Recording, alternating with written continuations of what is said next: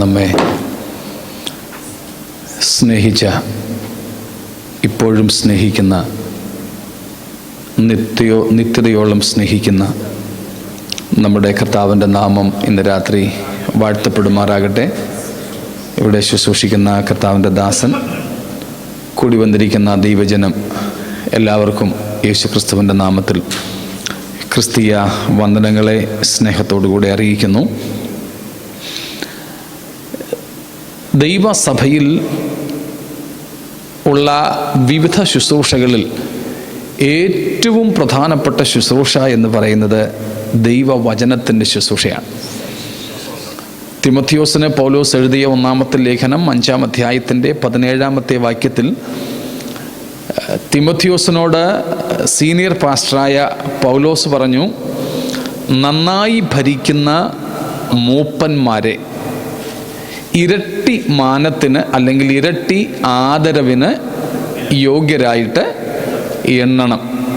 അപ്പോൾ അവിടെ മൂപ്പന്മാർ എന്ന് പറഞ്ഞിരിക്കുന്നത് പ്രായം കൊണ്ട് കൂടിയവരെ അല്ല, ദൈവസഭാ നടത്തിപ്പുകാരെയാണ്. ദൈവസഭയുടെ, പ്രാദേശിക സഭയുടെ അധ്യക്ഷത ചെയ്യുന്ന ശുശ്രൂഷകന്മാരെയാണ് മൂപ്പന്മാരെന്ന് അവിടെ പറഞ്ഞിരിക്കുന്നത്. ആരാണ് നന്നായി ഭരിക്കുന്ന മൂപ്പൻ? കോമ ഇട്ടിട്ട് പൗലോസ് പറയുന്നു, ആരാ നന്നായി ഭരിക്കുന്ന മൂപ്പൻ? വചനത്തിലും ഉപദേശത്തിലും അധ്വാനിക്കുന്നവരാണ് നന്നായി ഭരിക്കുന്ന മൂപ്പൻ. അവരെ ഇരട്ടി മാനത്തിന് യോഗ്യരായിട്ട് കാണണം. തെറ്റിദ്ധരിക്കരുതേ, ഇരട്ടി ശമ്പളം തരാനൊന്നും വേണ്ടി പറയല്ല കേട്ടോ, സ്തോത്രം. ആ നിലയിൽ തെറ്റിദ്ധരിക്കരുത്, ഭൗതിക ഭാഷയിൽ എടുക്കരുത്. അവിടെ പൗലോസ് അതും കൂടെ ഉദ്ദേശിക്കുന്നത് കേട്ടോ. അവിടെ പൗലോസ് ഉപജീവനത്തിനുള്ള മാർഗം കൂടെ ഉദ്ദേശിക്കുന്നുണ്ട്. പക്ഷേ ഇവിടെ ഞാൻ പറയുന്നതിൽ അതർത്ഥമില്ല. പ്രത്യേകിച്ച് ഞങ്ങളൊക്കെ നാട്ടിൽ നിന്നൊക്കെ ഒന്ന് ഇവിടെ ഇങ്ങനെ പറയുകയാണെങ്കിൽ നിങ്ങൾ അങ്ങനെയൊക്കെ ധരിക്കാൻ സാധ്യതയുണ്ട്. അതുകൊണ്ട് അങ്ങ് എടുത്തു പറഞ്ഞതാ, സ്തോത്രം. അപ്പോൾ ദൈവവചനത്തിലും ഉപദേശത്തിലും അധ്വാനിക്കുന്നവരെ മറ്റ് ശുശ്രൂഷകൾ ചെയ്യുന്നവരെക്കാൾ ഇരട്ടി മാനത്തിന് യോഗ്യരായിട്ടെണ്ണണം എന്ന് പറയുമ്പോൾ ദൈവവചന ശുശ്രൂഷയ്ക്കുള്ള ഇരട്ടി പ്രാധാന്യത്തെയാണ് പൗലോസ് അവിടെ പറയുന്നത്. അത് ദൈവസഭ തിരിച്ചറിയണം. അങ്ങനെ ദൈവവചനത്തിൻ്റെ ശുശ്രൂഷയിൽ അതിന് 2 തലങ്ങളാണ് ഉള്ളത്. അത് രണ്ടും അവിടെ പറഞ്ഞിട്ടുണ്ട്. മലയാളത്തിൽ നമുക്ക് വചനത്തിലും ഉപദേശത്തിലും എന്നുണ്ട്. ചില ഇംഗ്ലീഷ് വേർഷൻസിൽ വളരെ സിമ്പിളായിട്ട് കൊടുത്തിട്ടുണ്ട്, those who labor in preaching and teaching of the word എന്ന ചില ഇംഗ്ലീഷ് വേർഷൻസിൽ കൊടുത്തിരിക്കുന്നത്. അതിൽ മൂലഭാഷയിൽ ഞാൻ പലയിടത്തും ആവർത്തിച്ച് പറയുന്നൊരു സംഗതിയുണ്ട്, ദൈവവചനത്തിൻ്റെ ദ്വിമാനമായ ശുശ്രൂഷ. ഒന്ന്, അതിന് മൂലഭാഷയിൽ കെറുഗ്മ, ഗ്രീക്കിൽ കെറുഗ്മ എന്ന് പറയും. മറ്റേതിന് ഡിഡാക്കെ എന്ന് പറയും. കെറുഗ്മ എന്ന് പറഞ്ഞാൽ ഹെറാൾഡിങ് ദ ഗുഡ് ന്യൂസ്, സുവിശേഷം പ്രസംഗിക്കുക. ഡിഡാക്കെ, അതിൽ നിന്നാണ് ഡോക്ടർ എന്ന വാക്കും വന്നിരിക്കുന്നത്. ഡിഡാക്കെ എന്ന് പറഞ്ഞാൽ ടീച്ചിങ് ദ ഡോക്ട്രിൻസ്. എന്താണ് പ്രസംഗിക്കേണ്ടത്? സുവിശേഷമാണ് പ്രസംഗിക്കേണ്ടത്. സുവിശേഷമാണ് പ്രസംഗിക്കേണ്ടത് എങ്കിൽ എവിടെയാണ് പ്രസംഗിക്കേണ്ടത്? സഭയ്ക്കകത്തോ പുറത്തോ? സഭയ്ക്ക് സുവിശേഷം പ്രസംഗിക്കേണ്ടതോ സഭയ്ക്കകത്താണോ? അല്ല, പുറത്താ. അതുകൊണ്ട് ഞാൻ ആദ്യം പറഞ്ഞു, പ്രസംഗത്തിൻ്റെ പ്രമേയം, തീം ഓഫ് പ്രീച്ചിങ് എന്ന് പറയുന്നത് ഗോസ്പൽ, സുവിശേഷ. ആ സുവിശേഷമാണ് പ്രസംഗിക്കേണ്ടതെങ്കിൽ പ്രസംഗം സഭയ്ക്കകത്തല്ല, സഭയ്ക്ക് പുറത്ത്. എന്ന് പറഞ്ഞാൽ ഇതുവരെ സുവിശേഷം കേട്ടിട്ടില്ലാത്തവരോടും, 2, ഇതുവരെ സുവിശേഷത്തിൽ വിശ്വസിച്ചിട്ടില്ലാത്തവരോടുമാണ് പ്രസംഗിക്കേണ്ടത്. അത് സഭയ്ക്കകത്തല്ലല്ലോ, അത് പുറത്താ. അപ്പോൾ പിന്നെ സഭയ്ക്കകത്തെന്തുവാ? ഡിഡാക്കെ, ടീച്ചിങ്, പഠിപ്പിക്കല. എന്തുവാ പഠിപ്പിക്കേണ്ടത്? യേശു കർത്താവ് മത്തായി 28:19 വാക്യത്തിൽ പറഞ്ഞിട്ടുണ്ട് എന്ത് പഠിപ്പിക്കണമെന്ന്. ഞാൻ നിങ്ങളോട് കൽപ്പിച്ചതൊക്കെയും പ്രമാണിപ്പാൻ തക്കവണ്ണം ഉപദേശിച്ചും കൊണ്ട്. അപ്പോൾ എന്തുവാ ഉപദേശിക്കേണ്ടത്? ക്രിസ്തുവിൻ്റെ കൽപ്പനകൾ, ക്രിസ്തു കൽപ്പിച്ച കാര്യങ്ങളാണ് ഉപദേശിക്കേണ്ടത്, പഠിപ്പിക്കേണ്ടത്. സ്തോത്രം. അപ്പോൾ ചിലപ്പോൾ ചിന്തിക്കും, എന്നാൽ പിന്നെ സുവിശേഷങ്ങൾ മാത്രം മതിയല്ലോ, അപ്പോസ്തല പ്രവൃത്തി മുതൽ ഇങ്ങോട്ടുള്ളത് അങ്ങ് മാറ്റിയേക്കാം എന്ന് പലരും പഠിപ്പിക്കുന്ന പോലെ. വേണ്ട. കാരണം യേശു ക്രിസ്തു സുവിശേഷങ്ങളിൽ കൽപ്പിച്ചതിൻ്റെ ഉപദേശ രൂപമാണ് പുതിയ നിയമത്തിൻ്റെ ബാക്കി പുസ്തകങ്ങൾ. മനസ്സിലാവുന്നുണ്ടോ? സുവിശേഷങ്ങളിൽ യേശു ക്രിസ്തു കൽപ്പിച്ച കൽപ്പനകളുടെ വ്യാഖ്യാന രൂപമാണ്, ഉപദേശ രൂപമാണ് പുതിയ നിയമത്തിൻ്റെ ബാക്കി പുസ്തകങ്ങളിലുള്ളത്. അതുകൊണ്ട് സുവിശേഷങ്ങൾ മാത്രം മതി എന്ന നിലയിൽ നിൽക്കരുത്. പുതിയ നിയമം ആകമാനം ക്രിസ്തുവിൻ്റെ കൽപ്പനകളുടെ ഉള്ളടക്കമാണ്. യേശു ക്രിസ്തുവിൻ്റെ ആളത്വവും യേശു ക്രിസ്തുവിൻ്റെ ഉപദേശങ്ങളും യേശു ക്രിസ്തുവിൻ്റെ പ്രവർത്തികളും, the person of Christ, teachings of Christ and the work of Christ, ഇത് മൂന്നും വളരെ പ്രധാനപ്പെട്ടതാണ്. ഒന്ന്, യേശു ക്രിസ്തുവിൻ്റെ ആളത്വം, വ്യക്തിത്വം, പേഴ്സൺ ഓഫ് ജീസസ്. രണ്ട്, വാട്ട് ഹി ടാട്ട്, ക്രിസ്തു നമ്മെ ഉപദേശിച്ച, കൽപ്പിച്ച കൽപ്പനകൾ അല്ലെങ്കിൽ ഉപദേശങ്ങൾ. മൂന്ന്, യേശു ക്രിസ്തുവിൻ്റെ പ്രവൃത്തി, വാട്ട് ഡിഡ് ഹി ഡു, കർത്താവ് എന്ത് ചെയ്തു. ഇവയിൽ മൂന്നിലും നാം വളരെ ശ്രദ്ധ ചെലുത്തേണ്ടതായിട്ടുണ്ട്. അത് മൂന്നും നാം പഠിക്കണം. സ്തോത്രം.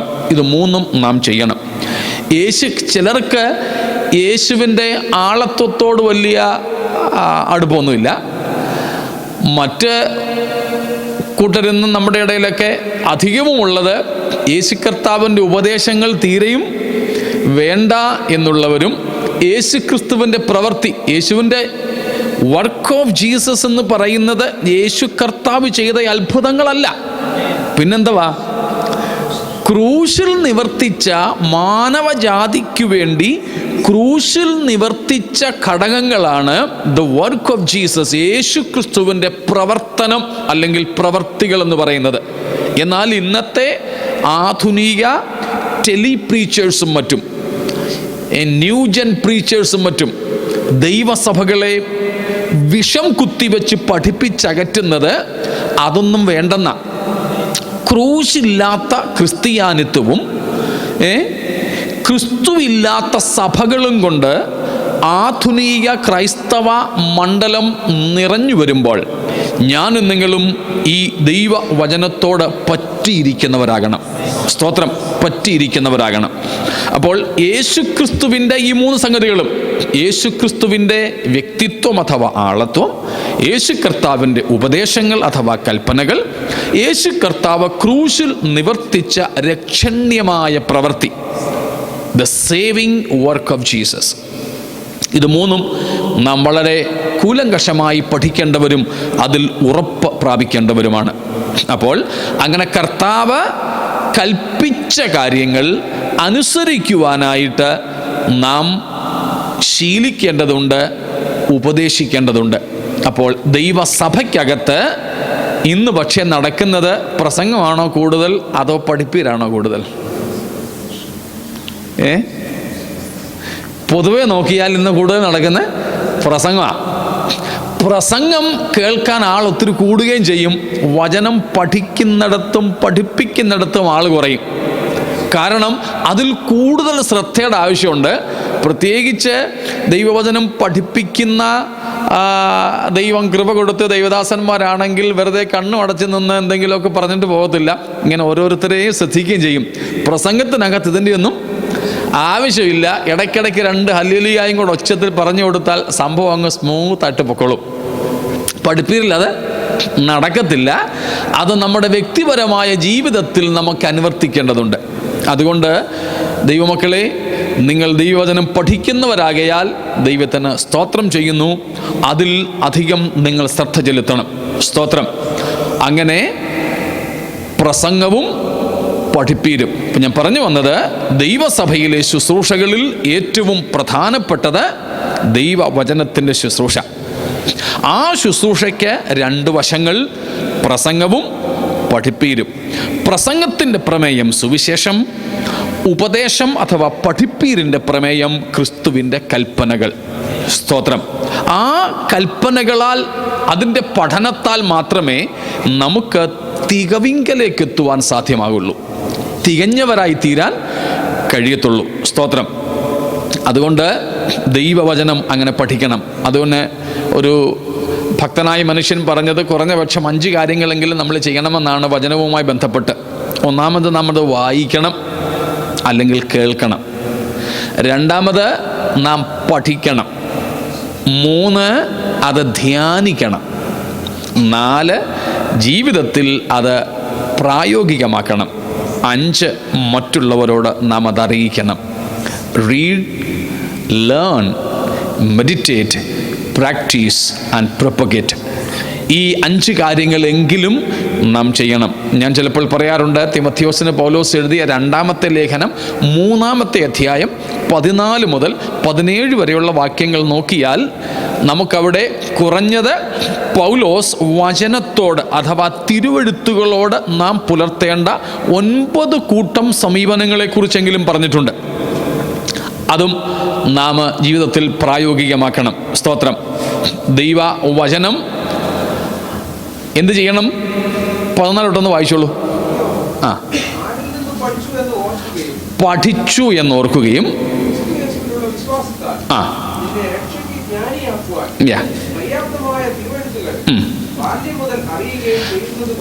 അപ്പോൾ അറിയണം, ചെയ്യുന്നത് കൊണ്ട് പഠിക്കണം, നിശ്ചയം പ്രാപിക്കണം, നിലനിൽക്കണം.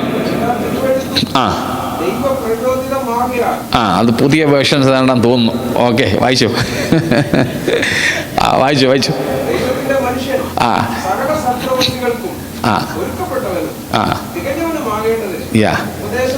ഉപദേശം ദൈവവചനത്താൽ വേണം നാം രൂപപ്പെടുത്തുവാൻ. ശാസനം, റീപ്രൂഫ് എന്ന് പറയും. ശാസനം വചനത്താൽ വേണം നാം പ്രാപിപ്പാൻ. തിരുത്തൽ, ഗുണീകരണം, കറക്ഷനും നീതിയിലെ അഭ്യാസത്തിനും അല്ലെങ്കിൽ അഭ്യസനത്തിനും പ്രയോജനമുള്ളതാകുന്നു. സ്തോത്രം. ദൈവ ആത്മപ്രചോദിതം എന്നതിനേക്കാൾ അതിൻ്റെ ശരിയായ പദം ദൈവശ്വാസീയമെന്ന കേട്ടോ. എന്ന് പറഞ്ഞാൽ ദ ബ്രത്ത് ഓഫ് ഗാഡ്, ദൈവത്തിൻ്റെ ശ്വാസമാണെന്ന്. ദൈവത്തിൻ്റെ ശ്വാസം. അപ്പോൾ ദൈവത്തിൻ്റെ വചനം കൊണ്ട് നാം ചെയ്യേണ്ട, അതിനോട് നാം പുലർത്തേണ്ട 8 കൂട്ടം കാര്യങ്ങൾ അവിടെയുണ്ട്. നാം അറിയണം, പഠിക്കണം, നിശ്ചയം പ്രാപിക്കണം, നിലനിൽക്കണം. ചില ഭാഷകളിൽ വായിക്കുകയാണെങ്കിൽ വിശ്വസിക്കുക എന്നൊരു കാര്യം കൂടെ ഇവിടെയുണ്ട്. പോട്ടെ, മലയാളത്തിൽ അത് കൃത്യമല്ലാത്തതുകൊണ്ട് വിട്ടേക്കാം. പിന്നെ ഉപദേശ രൂപീകരണം, പിന്നീട് ശാസനം, ഗുണീകരണം, നീതിയിലെ അഭ്യസനം. ഇങ്ങനെ 8 കൂട്ടം കാര്യങ്ങൾ. ഈ 8 കൂട്ടം കാര്യങ്ങൾക്ക് മുന്നോടിയായിട്ട് നാം ചെയ്യേണ്ട ഒന്ന് അവിടെ പൗലോസ് പറയാതെ മനസ്സിലാക്കുവാൻ കഴിയുന്ന ഒന്നുണ്ട്. അതാണ് ഒന്നുകിൽ കേൾക്കുക അല്ലെങ്കിൽ വായിക്കുക. അതും കൂടെ ചേർത്ത് അങ്ങനെയെങ്കിൽ 9 കൂട്ടം കാര്യങ്ങൾ നാം തിരുവെഴുത്തുകളോട് പുലർത്തേണ്ട സമീപനമാണ്. എന്തുവാ ഈ ശാസനം എന്ന് പറഞ്ഞാൽ? ഉപദേശം എന്ന് പറഞ്ഞത് മനസ്സിലായി. ശാസനം എന്ന് പറഞ്ഞാൽ എന്തുവാ? പിടിച്ച് ശാസിക്കുന്ന കാര്യമാണോ? പിന്നെന്താ ശാസനം? ശാസനത്തിന് പ്രയോജനമുള്ളതെന്ന് പറഞ്ഞാൽ അതിൻ്റെ അർത്ഥം റീപ്രൂഫ് എന്ന് ഇംഗ്ലീഷിൽ നമ്മൾ വായിക്കുന്നു. എന്താ എൻ്റെ അർത്ഥം? നമ്മുടെ ജീവിതവും ഉപദേശവും എങ്ങനെ ഉണ്ടെന്ന്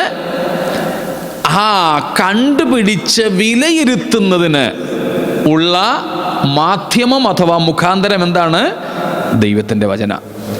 അപ്പോൾ നമ്മൾ എങ്ങനെ ഉണ്ടെന്ന് വേറൊരാളിനെ നോക്കിയിട്ട് ഞാനാണോ നല്ലത്, അവനാണോ എന്ന് നോക്കിയല്ല, നാം കണ്ണാടിക്കകത്ത് നോക്കുന്നത് പോലെ ഞാൻ എങ്ങനെയുണ്ടെന്നറിയാൻ. അതിന് എപ്പോഴും നാം നമ്മെ തന്നെ വിലയിരുത്തുന്ന മാനദണ്ഡം, മെഷറിംഗ് റോഡ് എന്തായിരിക്കണം? ദൈവവചനമായിരിക്കണം. ഈ തിരുവെഴുത്തുകളാൽ തന്നെയാണോ നാം എങ്ങനെ ഉണ്ടെന്ന് പരിശോധിക്കാറുള്ളത്? സ്തോത്രം. അതുതന്നെയാകണം. എന്നിട്ട് കറക്ഷൻ. അപ്പോൾ നമ്മൾ നോക്കുന്നവരണേ, തിരുവെഴുത്തുകൾക്ക് മുമ്പിൽ നമ്മളെ തന്നെ പരിശോധിച്ചാൽ നമുക്ക് എന്തറിയാൻ പറ്റും? നമ്മൾ എവിടെയൊക്കെയാണ് തെറ്റിയിരിക്കുന്നത്. അതുകൊണ്ടല്ലേ വണ്ടിയെന്ന് നമ്മൾ വീട്ടിൽ നിന്ന് ഒരുങ്ങി ഇറങ്ങുന്നതെങ്കിലും ഇങ്ങോട്ട് കയറാൻ നേരം ഏതെങ്കിലും വണ്ടിയുടെ കയ്യിലും കണ്ണാടിക്കകത്തൊന്ന് നോക്കുന്നേ. ഒന്നുമില്ലെങ്കിൽ മൊബൈൽ ഫോണെങ്കിലും എടുത്ത് അതിനെ ഗ്ലാസ്സിലെങ്കിലും വെച്ച് നോക്കുന്നേ. എന്തിനാ? നാം എങ്ങനെ ഉണ്ടെന്ന് അറിയാൻ വേണ്ടിയാ. അറിഞ്ഞിട്ട് അഴുക്കവിടെ ഇരിപ്പുണ്ടെന്ന് അറിഞ്ഞിട്ട് അങ്ങനെ ഇരിക്കാനാണോ? അല്ല, അതിൻ്റെ ക്രമീകരണം വരുത്താനാ. അതാണ് കറക്ഷൻ. അപ്പോൾ അതിനു വേണ്ടി ആയിരിക്കണം ഈ ദൈവത്തിൻ്റെ വചനം നാം വായിക്കുന്നതും കേൾക്കുന്നതും പഠിക്കുന്നതുമെല്ലാം. സ്തോത്രം. ആ ലക്ഷ്യത്തോടു കൂടെയാണോ നാം ഈ തിരുവെഴുത്തുകൾ വായിക്കാറുള്ളത്? സ്തോത്രം. അതിനുവേണ്ടി ആയിരിക്കണം. എന്നെ വളരെ സ്വാധീനിച്ച ഒരു വയസ്സനായ മനുഷ്യനുണ്ട്. C.T. സ്റ്റഡ് എന്നാണ് അദ്ദേഹത്തിൻ്റെ പേര്. എൻ്റെ അറിവനുസരിച്ച് നമ്മുടെ ഇന്ത്യയിലെ ക്രിക്കറ്റ് ഇതിഹാസത്തെ പോലെ ഇംഗ്ലണ്ടിലെ ഒരു ക്രിക്കറ്റ് ഇതിഹാസമായിരുന്നു അദ്ദേഹം. എന്നാൽ റിട്ടയർ ആകാനൊന്നും അദ്ദേഹം നിന്നില്ല. അദ്ദേഹം നമ്മുടെ ഭാഷയിൽ പറഞ്ഞാൽ VRS എടുത്ത് അദ്ദേഹം പ്രശസ്തിയുടെ കൊടുമുടിയിൽ നിൽക്കുമ്പോൾ, വിവാഹം പോലും കഴിക്കുന്നതിന് തൊട്ടു മുമ്പ് ക്രിക്കറ്റ് ലോകത്തോടും പ്രശസ്തിയോടുമൊക്കെ വിട പറഞ്ഞു. ഉള്ള കാശ് മുഴുവനും ഒരു ചെറിയ വിഹിതം കല്യാണം കഴിക്കാൻ പോകുന്ന പെൺകുട്ടിക്ക് വേണ്ടി മാറ്റിവെച്ചിട്ട് ബാക്കിയെല്ലാം സുവിശേഷ വേലയ്ക്ക് വേണ്ടി ചെലവഴിച്ചു. ഒടുവിൽ സോറി പറഞ്ഞ ആകാൻ പോകുന്ന ഭാര്യയോട്, വുഡ് ബി വൈഫിനോട് പറഞ്ഞു, ഇതുപോലൊരു സംഭവം ഞാൻ ചെയ്തിട്ടുണ്ട്, നിനക്കൊരു ശകലം മാറ്റി വെച്ചിട്ടേ ഉള്ളൂ, ബാക്കിയൊക്കെ ഞാൻ കൊടുത്തു കേട്ടോ, അതുകൊണ്ട് ഞാൻ വലിയ കാശുകാരനാണെന്നും പറഞ്ഞൊന്നും കല്യാണത്തിന് സമ്മതിച്ചേക്കരുത്, അപ്പോൾ ഉറപ്പ് കഴിഞ്ഞിട്ടിരിക്കുക. പെങ്കൊച്ചു പറഞ്ഞു, ഐ ആം സോറി. ഇതാണോ ക്രിസ്തു നിങ്ങളെ പഠിപ്പിച്ചത്? അല്ല. പിന്നെ അല്പം ഭാര്യയ്ക്ക് മാറ്റി വെക്കാനാണോ? അല്ല, മുഴുവൻ കൊടുക്കാനാ. എന്നാൽ മൊത്തം കൊടുത്തേക്കാൻ പറഞ്ഞു, എനിക്ക് വേണ്ടെന്ന് പറഞ്ഞു. അങ്ങനെ ബാക്കിയുള്ളതും കൂടെ സുവിശേഷത്തിന് വേണ്ടിയിട്ട് ചിലവഴിച്ച് ആയുസ് മുഴുവനും കിരാതന്മാരുടെ ഇടയിൽ പോയി സുവിശേഷം അറിയിച്ച ഒരു മനുഷ്യൻ. അദ്ദേഹത്തെക്കുറിച്ച് ഞാൻ വായിച്ചത്, ഇലക്ട്രിസിറ്റി ഒന്നും ഇല്ലാതിരുന്ന ആ കാലത്ത്, ഇന്നത്തെ പോലെ ഡിജിറ്റൽ ബൈബിളും വലിയ ബൈബിളും ഒന്നും ഇല്ലാതിരുന്ന ആ കാലത്ത്, ഒരു സന്ധ്യാസമയം താൻ പാർത്തിരുന്ന കുടിലിൽ വാർദ്ധക്യത്തിലെത്തിയ ഈ സ്റ്റഡ് ഇങ്ങനെ വേദപുസ്തകം വായിച്ചുകൊണ്ടിരിക്കുകയായിരുന്നു. അപ്പോൾ ഒരു സ്നേഹിതൻ വൈകിട്ട് അവിടെ വന്നു. അയാൾ വന്നതുപോലും അറിയാതെ അത്ര ശ്രദ്ധ കേന്ദ്രീകരിച്ച് വായിച്ചു കൊണ്ടിരുന്നപ്പോൾ അദ്ദേഹം ചോദിച്ചു, അല്ല മിസ്റ്റർ സ്റ്റഡ്, എന്തു പറ്റി? കാര്യമായതെന്തോ കളഞ്ഞു പോയെന്ന് തോന്നുന്നല്ലോ. ഈ പഴയ പുസ്തകത്തിനകത്ത് ഈ ഇരുട്ടത്തിരുന്ന് ഇത്ര സൂക്ഷ്മമായി തപ്പിപ്പിടിക്കാൻ ഏതാണ്ട് കാര്യമായത് കളഞ്ഞു പോയെന്ന് തോന്നുന്നല്ലോ. ആ പുസ്തകത്തിൽ നിന്നും മുഖം മറയ്ക്കാതെ തന്നെ ആ വയസ്സനായ ഭക്തൻ ആ ചോദ്യകർത്താവിനോട് പറഞ്ഞു, അതെ, എൻ്റെ ആയുസ് തീരാറായി, എനിക്കിനിയും എത്ര നാൾ ബാക്കിയുണ്ടെന്ന് അറിഞ്ഞുകൂടാ. വാർദ്ധക്യത്തിൻ്റെ മൂർധന്യതയിലേക്ക് ഞാൻ എത്തി. ഞാൻ ഇനിയും അനുസരിച്ച് തീരാത്തത്, ദൈവത്തിൻ്റെ കൽപ്പനകളായി ഞാൻ ഇനിയും അനുസരിക്കേണ്ടത്, ഇതുവരെ അനുസരിച്ച് തീരാത്തത് എന്തൊക്കെ ബാക്കിയുണ്ടെന്ന് ഞാൻ ദൈവത്തിൻ്റെ പുസ്തകത്തിൽ ഒന്ന് അന്വേഷിച്ച് നോക്കുകയാണ്. നോക്കണേ സഹോദരങ്ങളെ, ദൈവത്തിൻ്റെ വചനം വായിക്കുകയും ദൈവവചനം കേൾക്കുകയും പഠിക്കുകയും ചെയ്യുമ്പോൾ നമുക്കുണ്ടായിരിക്കേണ്ട മനോഭാവം എന്താണ്? ഇന്നത്തേക്കുള്ള വാഗ്ദത്തം എന്താ നോക്കാനല്ല. നമ്മൾ പലപ്പോഴും അങ്ങനെ ചെയ്യാറുള്ളതല്ലേ? സ്തോത്രം. നിങ്ങൾ ചെയ്യുമോ ഇല്ലെന്ന് എനിക്ക് അറിഞ്ഞുകൂടാ.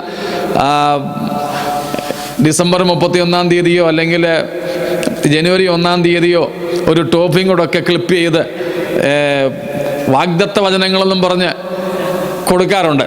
എനിക്ക് പേഴ്സണലി അതിനോട് താല്പര്യമില്ല. പിന്നെ ബൈബിൾ വാക്യം ആയതുകൊണ്ട് പോന്നെങ്കിൽ കൊണ്ടുപോക്കുക, ഒരു വിരോധമൊന്നുമില്ല. പക്ഷേ ഞാൻ പറയുന്നത്, ഇത് മുഴുവനും അച്ചടിച്ച് തന്നിരിക്കുകയല്ലേ. അങ്ങനെ കൊടുക്കുന്നത് കൽപ്പനകളൊന്നും കൊടുക്കാറില്ലല്ലോ. വാഗ്ദത്തങ്ങൾ, നല്ല വാക്യങ്ങൾ തപ്പിപ്പിടിച്ചല്ലേ കൊടുക്കാറുള്ളൂ. അപ്പോൾ നമ്മൾ വർഷത്തിൻ്റെ ആരംഭത്തിലായാലും മറ്റു സമയങ്ങളിലായാലും ഇതൊക്കെ തപ്പുന്നത് മിക്കവാറും എന്തിനു വേണ്ടിയാ? ഒരു പ്രോമിസ് വേഴ്സ്, ഒരു വാഗ്ദത്ത വചനത്തിന് വേണ്ടി. എന്നാൽ ഭക്തന്മാർ ഇത് വായിക്കുമായിരുന്നത് വാഗ്ദത്തങ്ങൾക്ക് വേണ്ടിയല്ല, പ്രത്യുത ഇതുവരെയും അനുസരിച്ച് തീർന്നിട്ടില്ലാത്ത, ഞാൻ അനുസരിക്കേണ്ടതായി ദൈവത്തിൻ്റെ വചനത്തിൽ ശേഷിപ്പുള്ള ദൈവകൽപ്പനകളെ കണ്ടെത്തി അതൊന്ന് അനുസരിച്ച് തീർക്കുവാൻ, ചെയ്തു തീർക്കുവാനുള്ള വ്യഗ്രതയോടെയാണ് വിശുദ്ധന്മാർ തിരുവെഴുത്തുകൾ പഠിക്കുമായിരുന്നത്. സ്തോത്രം. നിങ്ങൾ ബൈബിൾ സ്റ്റഡിക്ക് വേണ്ടി വന്നാലും, പ്രസംഗം കേൾക്കാൻ പോയാലും, നിങ്ങൾ ഒറ്റയ്ക്ക് തിരുവെഴുത്തുകൾ വായിച്ചാലും ഒക്കെ ഈ മനോഭാവം വേണം. കർത്താവേ, ഇനിയും എൻ്റെ ജീവിതത്തിൽ നിന്നും എടുത്തു മാറ്റേണ്ടതായി എന്തൊക്കെയുണ്ട്, എൻ്റെ ജീവിതത്തിൽ ഗുണീകരണം, കറക്ഷൻ വരുത്തേണ്ട ഏതെല്ലാം മേഖലകളുണ്ടെന്ന് നീ എന്നോട് സംസാരിക്കണമേ. സ്തോത്രം.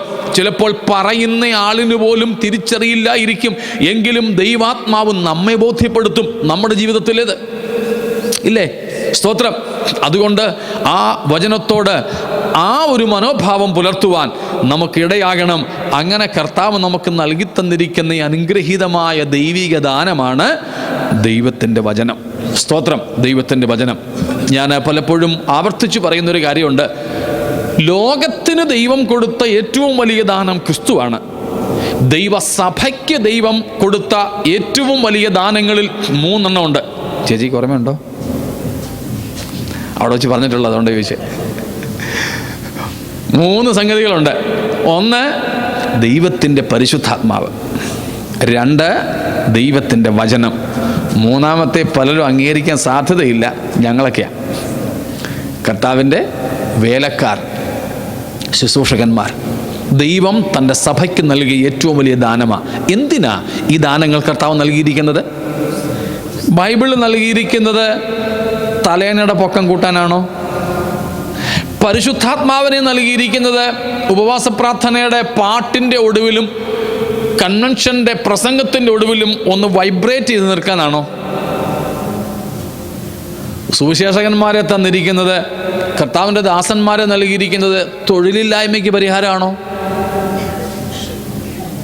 ജോലി ചെയ്ത് ജീവിക്കുന്ന സമ്പന്നന്മാരെ വിശ്വാസികളുണ്ട്, അവരുടെ കുറച്ച് കാശ് മേടിച്ച് ഇവന്മാരും ജീവിച്ചോട്ടെന്ന് വിചാരിച്ചാണോ?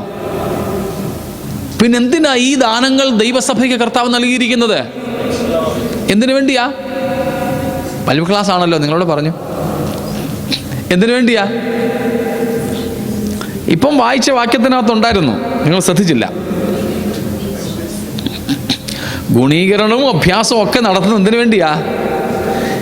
ദൈവത്തിൻ്റെ മനുഷ്യൻ സകല സൽപ്രവർത്തിക്കും വക പ്രാപിച്ച് തികഞ്ഞവനായി തീരണം.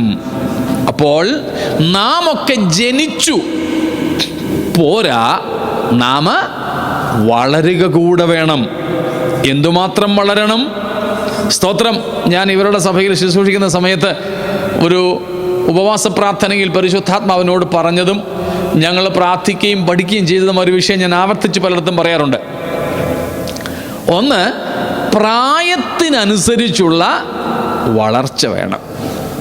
2, ഭക്ഷണത്തിനനുസരിച്ചുള്ള പുഷ്ടിയും വേണം. മനസ്സിലായോ?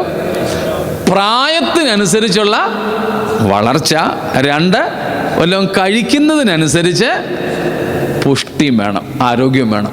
സ്തോത്രം.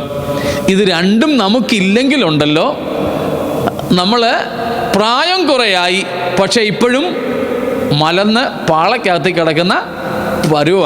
നാപ്കിൻ പോലും സ്വയം മാറ്റുവാൻ പ്രാപ്തിയില്ലാത്ത അവസ്ഥയിലാണ് ഇന്നും ഏറെ പ്രായം, വർഷം കൊണ്ട് പ്രായം ചെന്നവർ. അതിന് ഒരു ഭക്തൻ കഴിഞ്ഞ ദിവസം പറഞ്ഞൊരു കാര്യം, ഒരു ചെറിയ ജോക്കറിൻ്റെ ഫോട്ടോ കാണിച്ചിട്ട് പറഞ്ഞു, grown up in the church without growing in Christ.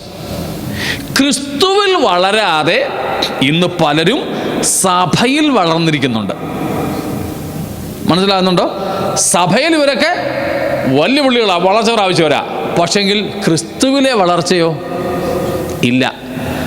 ചിലരെ കണ്ടിട്ടില്ലേ, ആൾ ചിലേ ഉള്ളൂ, മീശയൊക്കെ വന്നിട്ടുണ്ട്, പ്രായമുണ്ട്, കൈയും കാലമൊക്കെ നോക്കുമ്പം പ്രായം തിരിച്ചറിയാൻ പറ്റും. പക്ഷെങ്കിൽ മൊത്തം വളർച്ച നോക്കിയാലോ ഇല്ല, 3-4 വയസ്സേ കാണത്തുള്ളൂ എന്ന് വിചാരിക്കും. ജോക്കർമാരാ.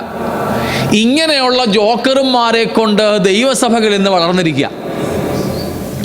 ഇങ്ങനെയുള്ള ജോക്കർമാരെ തിരുവഴുത്ത് വിളിക്കുന്ന 2 പേരുണ്ട്.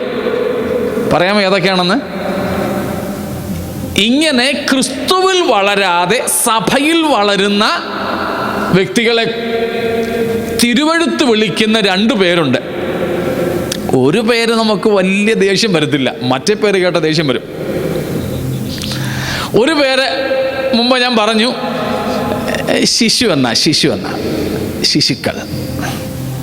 ശിശുക്കൾ. രണ്ടാമത്തെ പേര് പറയാമോ നിങ്ങൾക്ക്? വെരി ഗുഡ്, ജഡീകൻ, കാണൽ ബീയിങ്. നമ്മൾ പലപ്പോഴും ജഡീകൻ എന്ന് ധരിക്കുന്നത് പുറത്തുള്ളവരെയാ. അല്ല, ജഡീകന്മാർ പുറത്തുള്ളവരല്ല, അവർ പ്രാകൃതന്മാരാ. അകത്തുള്ള ഇങ്ങനെയുള്ള പുള്ളികൾ ആരാണ്? ജഡീകന്മാരാ. മനസ്സിലാവുന്നുണ്ടോ? അതുകൊണ്ടാണ് എൻ്റെ ഒരു അധ്യാപകൻ ഒരിക്കൽ പറഞ്ഞു, സഭയ്ക്കകത്തുള്ളവരെ മൂന്നായിട്ട് തരംതിരിക്കാം. ഒന്ന്, മെമ്പർമാർ, സഭ അംഗങ്ങൾ. രണ്ടാമത്തെ കൂട്ടര് ബിലീവേഴ്സ്, വിശ്വാസികൾ. മൂന്നാമത്തെ കൂട്ടര് ഡിസൈപ്പിൾസ്, ശിഷ്യന്മാർ. ഒന്നാമത്തെ കൂട്ടരാരാ? മെമ്പേഴ്സ്. അവർക്കെന്തോ കാര്യം? അവർക്ക് കല്യാണം, ശവോടക്ക്, കട്ടളവെപ്പ്, ഇതൊക്കെയാ കാര്യം. ആരും വീട്ടിലാരും മരിക്കുകയാണെങ്കിൽ പാട്ട് പാടാൻ ആൾ വേണ്ടേ? അതിന് ഒരു എന്താണ് പറയുന്നത്, ഒരു സോഷ്യൽ അഫിലിറ്റിക്ക് വേണ്ടിയിട്ട്, പ്രതിബദ്ധതയ്ക്ക് വേണ്ടിയിട്ട് ഏതെങ്കിലും ഒരു സമൂഹത്തിൽ അംഗമായിരിക്കണം. ഈ കൂട്ടത്തിൽ പോയാൽ വേറെ വൃത്തിയോടൊന്നുമില്ല, അതുകൊണ്ട് ഈ കൂട്ടത്തിൽ പോയേക്കാം എന്ന് കരുതി വന്ന് അംഗത്വം എടുത്ത് നിൽക്കുന്നവർ, അവർ ചോദിക്കും, അംഗങ്ങളാകാൻ വേണ്ടി ഫീസ് ഉണ്ടോ? മാസം ഉണ്ടെങ്കിൽ തരാൻ തയ്യാറാ. അംഗങ്ങളായിട്ടിരിക്കാൻ വേണ്ടിയിട്ട് മുങ്ങാൻ തയ്യാറാ. അവർ അംഗത്വത്തിന് വേണ്ടി എന്തും ചെയ്യാൻ അവരെ ഒരുക്കുക. അവർക്ക് ദൈവമായിട്ടോ നിത്യതയുമായിട്ടോ ഒന്നും ഒരു ബന്ധമില്ല. അവരാണ് മെമ്പേഴ്സ്. മെമ്പർഷിപ്പ് ഫീസ് തന്ന് എല്ലാ വർഷവും പുതുക്കും. അവർക്ക് വോട്ടിങ്ങും പരിപാടികളും അവരുടെ സാമൂഹികമായ കാര്യങ്ങളിൽ 10 ആളും വേണം. ഇതൊക്കെയുള്ള കാര്യം. അതിന് കൂടുതൽ ആളുകളിടത്തും കൂടുതൽ സ്റ്റാറ്റസ് ഉള്ളിടത്തും പോകാൻ വേണ്ടി അവരൊരുക്കമായിരിക്കും. ഇവരാണ് മെമ്പേഴ്സ്. രണ്ടാമത്തെ കൂട്ടരാരാ? ബിലീവേഴ്സ്, വിശ്വാസികൾ. അവർക്ക് അതിനേക്കാൾ കുറച്ചുകൂടുണ്ട്. സഭായത്തിന് പോയില്ലെങ്കിൽ, സഭായത്തിന് പോകാതെ വിരുന്ന് പോയാൽ അന്ന് വണ്ടി പഞ്ചറാകാൻ സാധ്യതയുണ്ട്. അതുകൊണ്ട് ഒന്ന് കയറി പാസ്റ്ററോട് പറഞ്ഞ് സ്തോത്രയാഴ്ച അടുത്തിരിക്കുന്ന ആളിനെ ഏൽപ്പിച്ചിട്ട് പോയേക്കാം. ഭയങ്കര തൃപ്തിയാണ്. പിന്നെ സഭായത്തിന് പോയല്ലോ, അപ്പം പിന്നെ അപകടം ഉണ്ടാകത്തില്ല. ദൈവവും എതിരായിട്ട് നിൽക്കത്തില്ല, സാത്താനെ നിൽക്കാനായിട്ട് അനുവദിക്കത്തില്ല. ഇതാണ് ഈ കൂട്ടരാരാ? വല്ലപ്പോഴും ഒക്കെ വീട്ടിലൊരു പ്രാർത്ഥന വെക്കും. പറയുന്നത്, ഒരു ഊണ് കൊടുത്താലും സാരമില്ല, വീട്ടിൽ വന്ന് ഇവരൊക്കെ ഒന്ന് പ്രാർത്ഥിക്കുന്നത് നമുക്ക് അനുഗ്രഹമാണ്. ഇതിനു വേണ്ടി അനുഗ്രഹവും വിടുതലും പിന്നെന്തുവാ ആ വകുപ്പുണ്ടല്ലോ. ഇതൊക്കെ ആഗ്രഹിച്ചുകൊണ്ട് കാര്യങ്ങൾ ചെയ്യുന്നവരാരാ? വിശ്വാസികളാ. അവർ ചെറിയ വിഷയങ്ങൾക്ക് പണങ്ങുകയും ചെയ്യും. സ്തോത്രകാഴ്ച കഴിഞ്ഞിട്ട് പാസ്റ്റർ പ്രാർത്ഥിച്ച വഴിക്ക് സാക്ഷ്യം പറഞ്ഞ ആ പുള്ളിക്കാരത്തിക്ക് വേണ്ടി അല്ലെങ്കിൽ ഈ സഹോദരന് വേണ്ടി പാസ്റ്റർ വിട്ടുപോയോ പിന്നെ പിണങ്ങും. അന്ന് പ്രേസറോട് പറയത്തില്ല. അങ്ങോട്ട് എന്ന് പറഞ്ഞാലും ശരി, കേൾക്കാത്ത പോലെ തിരിഞ്ഞു നിൽക്കും. ഇവരാരാ? വിശ്വാസികളാ. അതേസമയം മൂന്നാമത്തെ കൂട്ടരുണ്ട്. ആരാ? ഡിസൈപ്പിൾസ്, ശിഷ്യന്മാർ. അവർക്ക് സാമൂഹിക പ്രതിബദ്ധത ഒരു വിഷയമല്ല. കല്യാണത്തിനും ശവമടക്കിനും ആൾ കൂടുന്നതിന് വേണ്ടി അല്ല അവര് ദൈവസഭയിൽ വന്നിരിക്കുന്നത്. അവര് മറ്റെന്തെങ്കിലും ഉപദ്രവമില്ലാതിരിക്കാൻ, അവരുടെ സെക്യൂരിറ്റിക്ക് വേണ്ടിയല്ല അവര് ദൈവകൃപയിൽ നിൽക്കുവാൻ താല്പര്യപ്പെടുന്നത്. അവർക്കൊരൊറ്റ ആഗ്രഹമുള്ളൂ, പാസ്റ്റർ പ്രാർത്ഥിച്ചില്ലേലും സാരമില്ല, പാസ്റ്റർ വീട്ടിൽ വന്നില്ലേലും സാരമില്ല, വേറെ ആരും തിരിഞ്ഞു നോക്കിയില്ലേലും സാരമില്ല, കൊണ്ടുവിടാൻ COF ചെയ്യാനോ റിസീവ് ചെയ്യാനോ അങ്ങ് എയർപോർട്ടിലോ, ഞങ്ങളുടെയൊക്കെ ഭാഷയിൽ പറഞ്ഞ റെയിൽവേ സ്റ്റേഷനിലോ ആരും വന്നില്ലേലും പ്രശ്നമില്ല. പക്ഷെങ്കിൽ അവർക്ക് ഒറ്റ നോട്ടേ ഉള്ളൂ. അവരെപ്പോഴും നിന്ന് തോളോട് തോളിൽ നിന്ന് നോക്കും. ആരുമായിട്ടാ?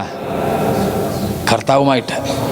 കർത്താവിനോളം ഗുരുവിനോളം എത്തുവാൻ ഇനിയും എനിക്ക് എന്തുമാത്രം ബാക്കിയുണ്ട്. അവർക്ക് വേറെ വിഷയമൊന്നുമില്ല. അവർ ബാക്കിയുള്ളതൊക്കെ കണ്ണുമടച്ചു വിട്ടേക്കും. പക്ഷെങ്കിൽ അവരെപ്പോഴും തങ്ങളെ തന്നെ സ്തോത്രം ശോധന ചെയ്തു നോക്കും, തങ്ങളെ തന്നെ തുലനം ചെയ്തു നോക്കും. ഗുരുവിനോളം എത്തുവാൻ എനിക്കിനിയും എന്തുമാത്രം ബാക്കിയുണ്ട്, എനിക്കിനിയും എന്തുമാത്രം ബാക്കിയുണ്ട്. അവർ ആത്മാർത്ഥമായും കർത്താവിനോട് പറയും, കർത്താവേ എനിക്ക് അങ്ങയെപ്പോലെ ആകണം, എനിക്ക് അങ്ങയെപ്പോലെ ആകണം. ആരും എൻ്റെ കൂടെ കൂടിയില്ലെങ്കിലും, എനിക്ക് വേറെ ഒന്നും കിട്ടിയില്ലെങ്കിലും സ്തോത്രം, എനിക്കൊരു വിഷയവുമില്ല നാഥ, എനിക്ക് അങ്ങയെപ്പോലെ ആകണം, നീ എന്നെയും നിന്നെപ്പോലെ ആക്കണമേ എന്നുള്ള ആഗ്രഹവും പ്രാർത്ഥനയുമായിരിക്കും അവർക്കുള്ളത്. സ്തോത്രം. നാം ഇതിലേത് കൂട്ടരാ? ഇന്നത്തെ അവസ്ഥയിൽ നാം ഇതിലേത് കൂട്ടരാ? എന്നോട് പറയണ്ട, സ്വയം നിങ്ങളോട് തന്നെ പറയണം. പക്ഷേ സ്തോത്രം, ഏത് കൂട്ടരാണെന്ന്. നാം അംഗങ്ങളാണെങ്കിൽ, നാം വിശ്വാസികളായിട്ട് മാത്രം ഇന്നും ഇരിക്കുന്നെങ്കിൽ, നമുക്ക് മൂന്നാമത്തെ വകുപ്പിലേക്ക് എത്തണം, ശിഷ്യത്വത്തിലേക്ക്. സ്തോത്രം. ഗുരു നടന്ന അതേ ചുവടുകൾ വെച്ച്, ഗുരു ജീവിച്ചതുപോലെ സ്തോത്രം ജീവിത ശൈലി ഉള്ളവരായി നമുക്ക് മാറണം. സ്തോത്രം. അതിൽ ഈ അധ്യാപകൻ വിശ്വാസി എന്ന് പറഞ്ഞ രണ്ടാമത്തെ കൂട്ടരെയാണ് തിരുവെഴുത്ത് എന്ത് വിളിക്കുന്നത്? ശിശുക്കൾ അല്ലെങ്കിൽ ജഡീകന്മാർ എന്ന് വിളിക്കുന്നത്. അവരുടെ ലക്ഷണം നിങ്ങൾക്കറിയാമല്ലോ. എന്താ അവരുടെ ലക്ഷണം?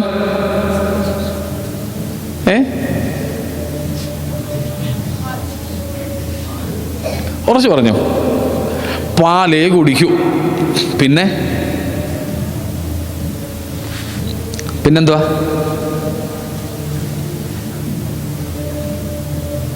എന്നാ ഒന്ന് വായിച്ചു വിട്ടത്. എന്തോ? Very good. കൊരിന്ത്യർക്കുള്ള ആദ്യത്തെ ലേഖനം 3-ാം അധ്യായത്തിൻ്റെ ആദ്യ വാക്യങ്ങളിലുണ്ട്.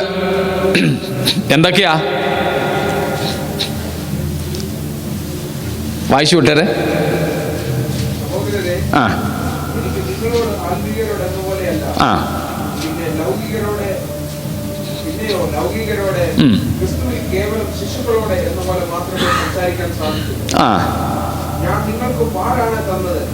പാലത്രേ തന്നത്, കട്ടിയായിട്ടുള്ള ആഹാരമല്ല. ഇവർക്ക് എപ്പോഴും അനുഗ്രഹവും, ഞാൻ മുമ്പേ പറഞ്ഞ പോലെ എന്താ വേണ്ടത്? സ്തോത്രം. അനുഗ്രഹവും വിടുതലും. ഇത് കേട്ട് മടുത്ത ഒരു സമയത്ത് പരിശുദ്ധാത്മാവിനെ പഠിപ്പിച്ചൊരു കാര്യം ഞാൻ പറഞ്ഞു. സ്വർഗത്തിലെ സകല ആത്മീയ അനുഗ്രഹത്താലുമെന്നാണോ ങ്ങളാലുമെന്നാണോ? അനുഗ്രഹത്താലും എന്ന ഏകവചനമാട്ടോ. സ്വർഗത്തിലെ, എഫേസ്യർ 1:3, സ്വർഗത്തിലെ സകല ആത്മീയ അനുഗ്രഹത്താലും നമ്മെ ക്രിസ്തുവിൽ അനുഗ്രഹിക്കാം. അല്ലേ? അനുഗ്രഹിക്കാമെന്നാണോ? അനുഗ്രഹിച്ചിരിക്കുന്നു എന്നാണ് ആ വാക്യം. പിതാവായ ദൈവം നമ്മെ സ്വർഗത്തിലെ സകല ആത്മീയ അനുഗ്രഹത്താലും ക്രിസ്തുവേശുവിൽ അനുഗ്രഹിച്ചിരിക്കുന്നു. എൻ്റെ ഒരു പ്രസംഗം കേട്ടാൽ, ഈ ദൈവദാസൻ്റെ വർഷങ്ങളോളമുള്ള ബൈബിൾ സ്റ്റഡി കേട്ടാൽ, ഇതിനൊക്കെ വലിയ അനുഗ്രഹം വല്ലതും കിട്ടാൻ പോകുന്നുണ്ടോ? ഉണ്ടോ? മനസ്സിലായോ? ഏതനുഗ്രഹമാ? സ്വർഗത്തിലെ സകല, ഒന്നും വിട്ടിട്ടില്ലത്, സകല ആത്മീയ അനുഗ്രഹത്താലും ക്രിസ്തുവേശുവിൽ പിതാവായ ദൈവം നമ്മെ എന്ത് ചെയ്തിരിക്കുക? അനുഗ്രഹിക്കാം എന്ന ഭാവികാല പ്രയോഗമല്ല, അനുഗ്രഹിച്ചിരിക്കുന്നു എന്ന തീർന്ന, സ്തോത്രം, നാം പ്രാപിച്ച ഒരു പ്രയോഗമാണ് അവിടെ പറഞ്ഞിരിക്കുന്നത്. സ്തോത്രം. ഇതിനേക്കാൾ വലിയ അനുഗ്രഹം ഏതൊരു ഉപദേശിയെ ഇറക്കിയാലും കിട്ടുമോ? ഏതൊരു യോഗത്തിൽ സംബന്ധിച്ചാലും കിട്ടുമോ? സ്തോത്രം. പകരം നാം എന്താ ചെയ്യേണ്ടത്? ഈ അനുഗ്രഹത്തിൻ്റെ പാക്കേജ് ദൈവം നമുക്ക് ക്രിസ്തുവിലൂടെ തന്നതിനാൽ അത് തിരിച്ചറിഞ്ഞ് നിരന്തരം അതിനുവേണ്ടി സ്തോത്രം ചെയ്യുകയാണ് വേണ്ടത്. സ്തോത്രം. അതാണല്ലോ പൗലോസ് അവിടെ ചെയ്യുന്നത്. നമ്മുടെ കർത്താവായ യേശുക്രിസ്തുവിൻ്റെ ദൈവവും പിതാവുമായവൻ വാഴ്ത്തപ്പെട്ടവൻ. ആ പിതാവായ ദൈവത്തെ ഈ അനുഗ്രഹ സമൃദ്ധി നിമിത്തം എന്ത് ചെയ്യുകയാണ്? സ്തോത്രം ചെയ്യുകയാ, വാഴ്ത്തുകയാ. നമുക്കും വേണ്ടത് അതാണ്. സ്തോത്രം. ഇതിനേക്കാൾ വലിയൊരു അനുഗ്രഹം ഇനിയും കിട്ടാനില്ല. എന്നെപ്പോലെയുള്ള പലരും, ഞങ്ങളെപ്പോലുള്ള പലരും യോഗം തുടങ്ങുമ്പോഴത്തേക്കും പറയുന്നത്, നിങ്ങളിന്ന് വന്നതുപോലെയല്ല ഇനിയും പോകാൻ പോകുന്നതെന്ന്. ഒത്തിരി നിങ്ങൾ കേട്ടുണ്ടായിരിക്കുമല്ലോ. എക്സ്പോർട്ട് ചെയ്ത ഒത്തിരി എണ്ണം നിങ്ങൾ ഞങ്ങളെക്കാൾ കൂടുതൽ നിങ്ങൾക്ക് കിട്ടുന്നുണ്ട്. പക്ഷേ എന്തെങ്കിലും നടന്നോ? സ്തോത്രം. നമ്മളെ ഏതോ ഒരു മൂഢ സ്വർഗത്തേക്ക് എത്തിക്കുവാൻ പലരും പ്രസംഗ ഭാഷയോ കലയോ ഉപയോഗിക്കുമ്പോൾ ഈ തിരുവെഴുത്തുകൾ നാം നന്നായി തിരിച്ചറിയുക. ദൈവം നമ്മെ ക്രിസ്തു യേശുവിൽ അനുഗ്രഹിച്ചിരിക്കുന്നു. സ്തോത്രം.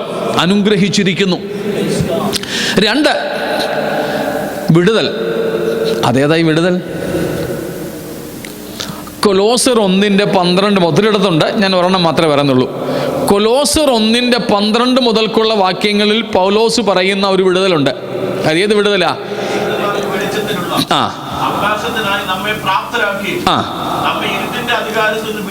കണ്ടോ?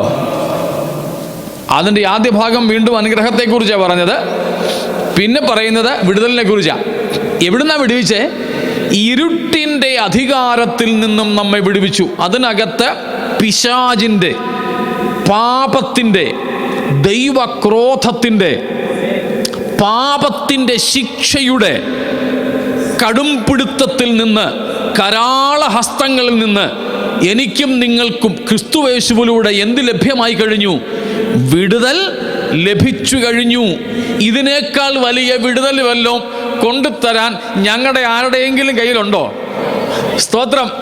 ഇതൊക്കെ അച്ചടിച്ച പുസ്തകം കക്ഷത്തിൽ കൊണ്ട് നടന്നിട്ടും ഞാനും നിങ്ങളും മാതൃഭാഷയിൽ ഇതൊക്കെ വായിച്ചു വിട്ടിട്ടും നമുക്ക് പലപ്പോഴും ഇത് തിരിച്ചറിയുവാൻ കഴിയാതെ പോകുന്നല്ലോ എന്ന ദുഃഖമുണ്ട്. സ്തോത്രം. അപ്പോൾ കേവലം ജഡീകരായോ, കേവലം ശിശുക്കളായോ, വിശ്വാസികളായോ നാം ഇരുന്ന് നന്മകളും അനുഗ്രഹങ്ങളും വിടുതലുകളും പ്രാപിക്കുവാനുള്ള ഒരു താല്പര്യത്തിൽ മാത്രം ഒതുങ്ങി നിൽക്കാതെ കട്ടിയായുള്ള ആഹാരം കഴിക്കുന്ന ആത്മീയ വളർച്ചയുടെ ഉത്തുംഗതകളിലേക്ക് നമുക്കെത്തിച്ചേരണം. സ്തോത്രം. മനസ്സിലായോ? അപ്പോൾ അവിടെ പൗലോസ് എന്താ പറഞ്ഞത്? നിങ്ങൾക്ക് പാലാണ് ഞാൻ തന്നത്, കട്ടിയായിട്ടുള്ള ആഹാരമല്ല തന്നത്. അന്ന് തന്നെന്ന് മാത്രമല്ല, ഇന്നും നിങ്ങൾ അങ്ങനെ തന്നെയാണ്. കുരിന്ത്യലേഖനത്തിലെ കാര്യം പറയുന്നത്. ഇന്നും നിങ്ങൾ അങ്ങനെ തന്നെയാണ്. ഇപ്പോഴും നിങ്ങൾ കട്ടിയായിട്ടുള്ളതൊന്നും കഴിക്കാൻ കഴിവില്ലാത്തവരാ. അത് മാത്രമല്ല, പിന്നെന്താ ഉണ്ട് അവിടെ? ശേഷം മനുഷ്യരെ പോലെ നടക്കുന്നവരാ. നിങ്ങളുടെ കയ്യിൽ എന്തൊക്കെയുണ്ട്? അസൂയ, ഈർഷ്യ, പിന്നെ പിണക്കം, പിന്നെ താഴോട്ട് വരുമ്പോൾ ഗ്രൂപ്പിസം ഉണ്ട്. അപ്പൊല്ലോസിൻ്റെ ഇന്ന് ഗ്രൂപ്പിസം നമ്മുടെ പറയത്തില്ല, നമ്മുടെ പറയുന്നത് പാനലിസം എന്നാണ്. പാനലുകളാണ്, ഗ്രൂപ്പ് മാറി. അപ്പം ഡെമോക്രാറ്റിക് ഭാഷയിലാണ് പറയുന്നത് പാനലിസം. ഇതെല്ലാം ആരുടെ പ്രകൃതമാ? ജഡീകന്മാരുടെയാ. ഇവർ പുറത്തുള്ളവരല്ല, ഇവര് ഇവരകത്തുള്ളവരാ. സ്തോത്രം. ഇവരകത്തുള്ളവരാ. ജനനം നടന്നു എന്നേ ഉള്ളൂ, ഇതുവരെ വളർച്ച നടന്നിട്ടില്ല. പുറത്തുള്ളവരെ നാച്ചുറൽ മെൻ, അവരെ പ്രാകൃതന്മാരാ. പുറത്തുള്ളവരാരാണ്? പ്രാകൃതന്മാരാ. അവരിൽ ആത്മീയ ജനനം നടന്നിട്ടേയില്ല. പ്രകൃതിയ, നാച്ചുറലി ബോൺ, അത്ര ഉള്ളവർ. പക്ഷെ ജഡീകന്മാർ സ്പിരിച്വലി ബോണാണ്, പക്ഷേ വളർച്ച ഉണ്ടായിട്ടില്ല. വളർച്ചയില്ലാത്തിടത്തോളം കാലം ഗലാത്യർ 4:1 നമ്മെ പഠിപ്പിക്കുന്നു, യജമാനൻ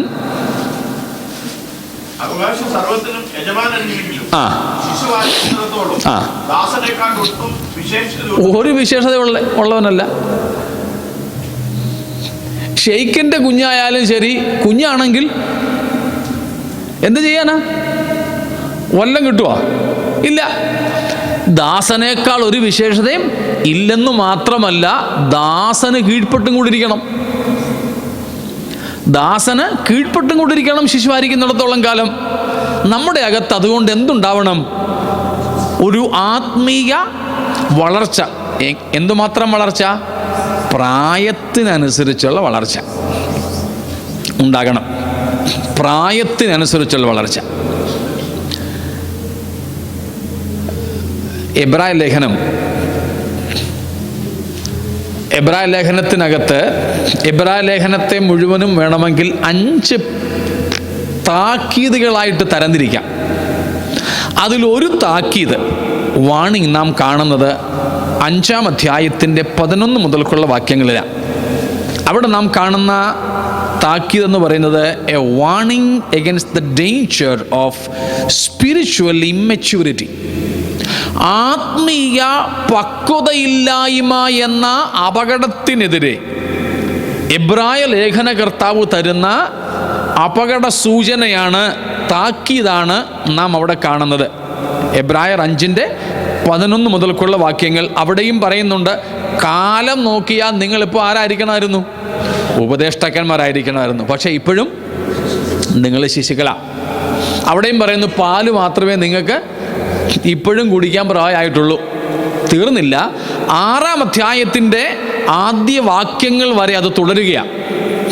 6-ാം അധ്യായത്തിൻ്റെ 1-ാമത്തെ വാക്യത്തിൽ പറയുന്നുണ്ട് 6 അടിസ്ഥാന ഉപദേശങ്ങളെക്കുറിച്ച്. 7 അല്ല, 6 അടിസ്ഥാന ഉപദേശങ്ങളെക്കുറിച്ച് അവിടെ പറയുന്നു.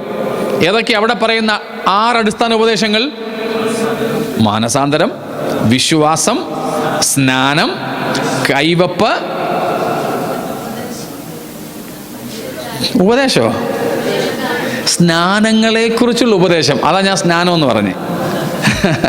സ്നാനങ്ങളെക്കുറിച്ചുള്ള ഉപദേശം. അപ്പം അത് സ്നാനമൊന്നായി, 3-ാമത്തെ ആയി. പിന്നെ കൈവപ്പ്, മരിച്ചവരുടെ പുനരുത്ഥാനം, നിത്യശിക്ഷാവിധി എന്നിങ്ങനെയുള്ള അടിസ്ഥാനം പിന്നെയും ഇടാതെ. അടിസ്ഥാനം കോമ എണ്ണ നോക്കിയാലും അറിയാം, 6 ഉള്ള അവിടെ 6 കൂട്ടം കാര്യങ്ങൾ. അപ്പോൾ ഈ 6 കൂട്ടം ഉപദേശങ്ങൾ എങ്ങനെയുള്ള ഉപദേശങ്ങളാണ്? അടിസ്ഥാന ഉപദേശങ്ങളാണ്.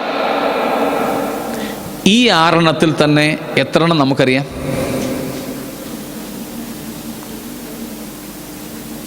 6 പേര് പറയാനല്ല, അതിപ്പോൾ തന്നെ നിങ്ങൾ പഠിച്ചു കാണും. ഈ 6 കൂട്ടം കാര്യങ്ങളെക്കുറിച്ച് ഒരാളിനോടൊന്ന് പറഞ്ഞു കൊടുക്കാൻ നമ്മുടെ അകത്തും ഒരു നല്ല കൺവിക്ഷൻ, ഒരു നല്ല ബോധ്യം ഈ 6 കൂട്ടം കാര്യങ്ങളെക്കുറിച്ച് എത്ര പേർക്കുണ്ട്? സ്തോത്രം. ഇനി അതിനകത്ത് തന്നെ അതിലൊരെണ്ണം നമ്മൾ കേട്ടിട്ട് പോലും കാണത്തില്ല. ഏതാ? കൈവപ്പ്. പിന്നെ കേട്ടിട്ടുള്ളതും വേറെ പല അർത്ഥത്തിലാണ്. കൈവപ്പ് എന്ന പുതിയ നിയമ ഉപദേശത്തെക്കുറിച്ച് നമുക്ക് വലിയ ഗ്രാഹ്യമില്ല. പോട്ടെ, അപ്പോൾ പിന്നെ 5 എണ്ണമായി, അത് ചുരുങ്ങി. അതിൽ തന്നെ ഒടുവിലത്തെ 2 എണ്ണം ഏതൊക്കെയാ? മരിച്ചവരുടെ ഉയർത്തെഴുന്നേൽപ്പ്, പുനരുത്ഥാനം, resurrection of the dead and the judgment, നിത്യ ശിക്ഷാവിധി. ഈ 2 സംഗതികളെക്കുറിച്ച് ഏതൊക്കെയാ? പുനരുത്ഥാനത്തെക്കുറിച്ചും ശിക്ഷാവിധി, ന്യായവിധി എന്ന് പറയാം നമ്മുടെ സാധാരണ ഭാഷയിൽ. ന്യായവിധിയെക്കുറിച്ചും ഉപദേശിക്കുകയോ പഠിപ്പിക്കുകയോ ചെയ്യുന്ന ഒരു ശുശ്രൂഷകനെ, ഒരു പാസ്റ്ററിനെ നിങ്ങൾ നഴ്സറി ടീച്ചറായിട്ടാണോ കാണുന്നത്, അതോ ഒരു പ്രൊഫസർ ലെവലിലാണോ കാണുന്നത്?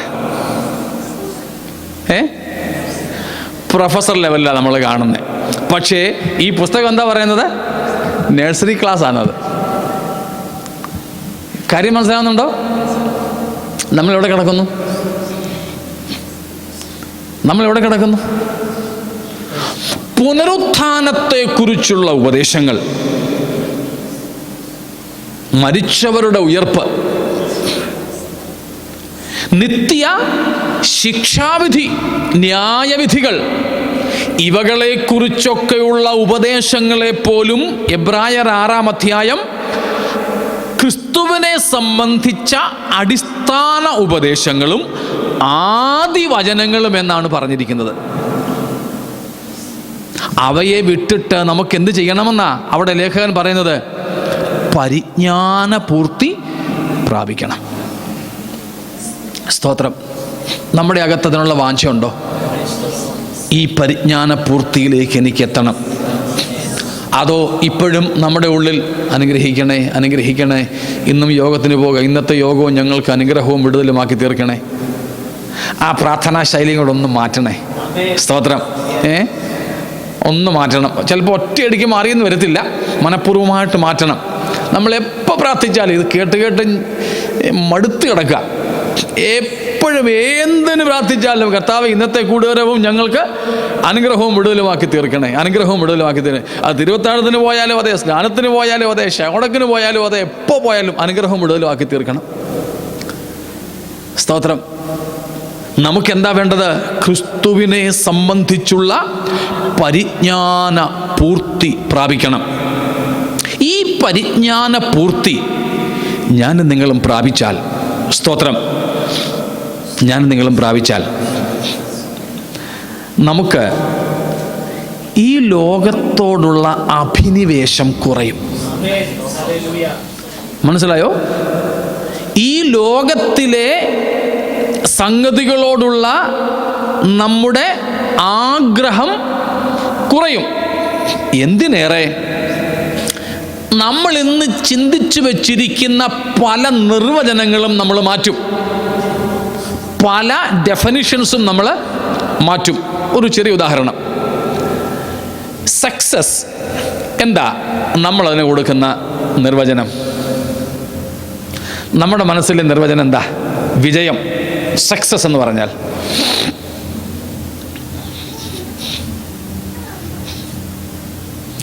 വേറെ ആരുടെ തോളെ ചവിട്ടിയാലും, വേറെ ആരുടെ തലയിൽ കയറി നിന്നാലും ശരി, ഏറ്റവും മുകളിൽ എത്തണം, മറ്റുള്ളവരെക്കാൾ ഉയർന്ന തലത്തിൽ എത്തി അവർക്ക് കിട്ടാത്തത് കൈപ്പറ്റണം. ഇതല്ലേ സാധാരണ സെക്യുലർലി ലൗകികമായിട്ടുള്ള നിലയിൽ വിജയം എന്ന് പറഞ്ഞാൽ ഇതാ. ഇത് തന്നെയല്ലേ നമ്മുടെ മനസ്സിരിക്കുന്നത്? ആണോ? നിങ്ങൾ പിണങ്ങിയോ? പെട്ടെന്ന് പറഞ്ഞു. ഇത് തന്നെയല്ലേ? അല്ല, പിന്നെന്തുവാ? അല്ലെങ്കിൽ എന്താന്നും കൂടെ പറഞ്ഞു.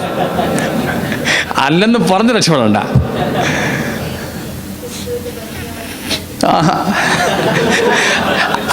അതൊരു വെറൊരു കല്ലേറ. ഏതാ? പൊട്ടക്കണ്ണൻ്റെ കല്ലേറ.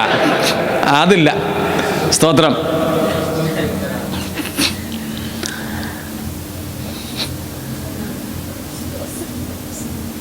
ഞാൻ നാളുകൾക്ക് മുമ്പ് വായിച്ച ഒരു പുസ്തകത്തിൽ ഞാൻ തന്നെ അണ്ടർലൈൻ ചെയ്തിട്ട് ഈ വർഷത്തിൻ്റെ ആദ്യ ദിവസങ്ങളിൽ എപ്പോഴോ ആ പുസ്തകം ഒന്ന് മറിച്ച് നോക്കിയപ്പോൾ അണ്ടർലൈൻ ചെയ്ത ആ ഭാഗം, ആ സെൻറ്റൻസ് ഒന്ന് നോക്കിയപ്പോൾ അവിടെ ഈ സക്സസിനെ കുറിച്ച് എഴുതിയൊരു വാചകം ഞാൻ കണ്ടു. അവിടെ അദ്ദേഹം എഴുതിയത് ഇങ്ങനെയാണ്: സക്സസ് ക്രിസ്തീയ ഭാഷയിൽ, വേദപുസ്തക ഭാഷയിൽ വിജയം, സക്സസ് എന്ന് പറഞ്ഞാൽ നമ്മളിപ്പോൾ പറഞ്ഞ കാര്യങ്ങളല്ല. പിന്നെന്താണ്? Conformity to the perfect pleasing will of God. ദൈവത്തിൻ്റെ പ്രസാദമുള്ള പൂർണ്ണതയുള്ള തിരുഹിതത്തോട് നാം പ്രാപിക്കുന്ന താദാത്മ്യമാണ് വിജയം എന്ന് പറയുന്നത്. മനസ്സിലായോ?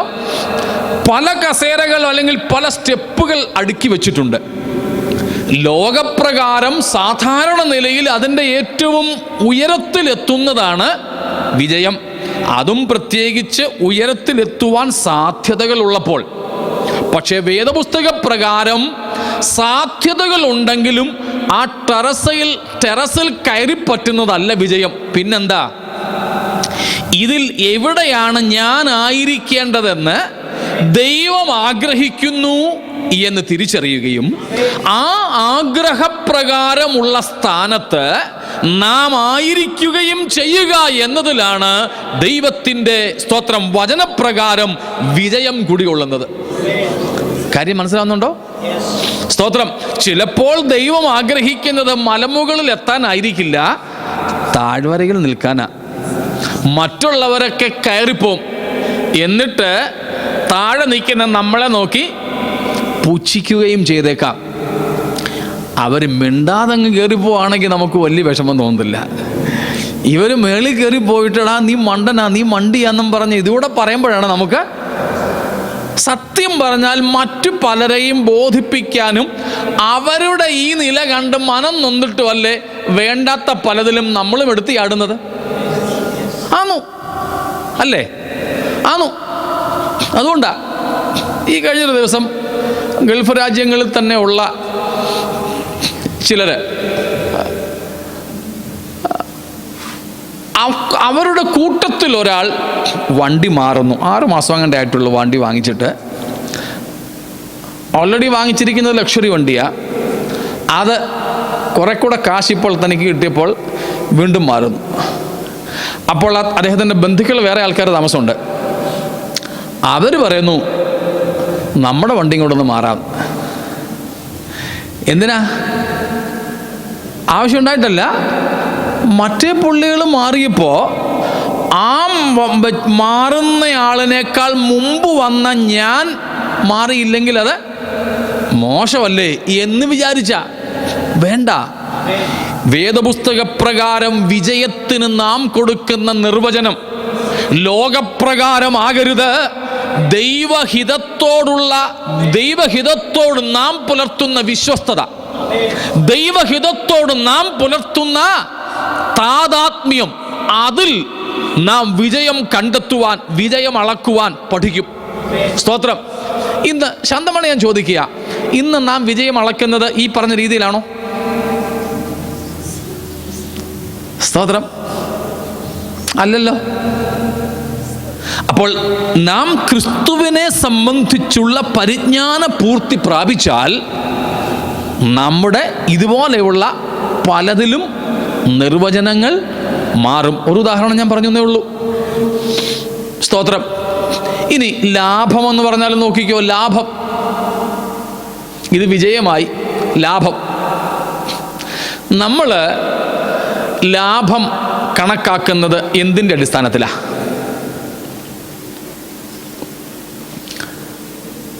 താൽക്കാലികതയുടെ അടിസ്ഥാനത്തിലോ നിത്യതയുടെ അടിസ്ഥാനത്തിലോ? സഹോദരന്മാരെ, എന്തിൻ്റെ അടിസ്ഥാനത്തിലാ? താൽക്കാലികമായ വിഷയങ്ങളുടെ അടിസ്ഥാനത്തിൽ. പക്ഷേ വേദപുസ്തക പ്രകാരമോ?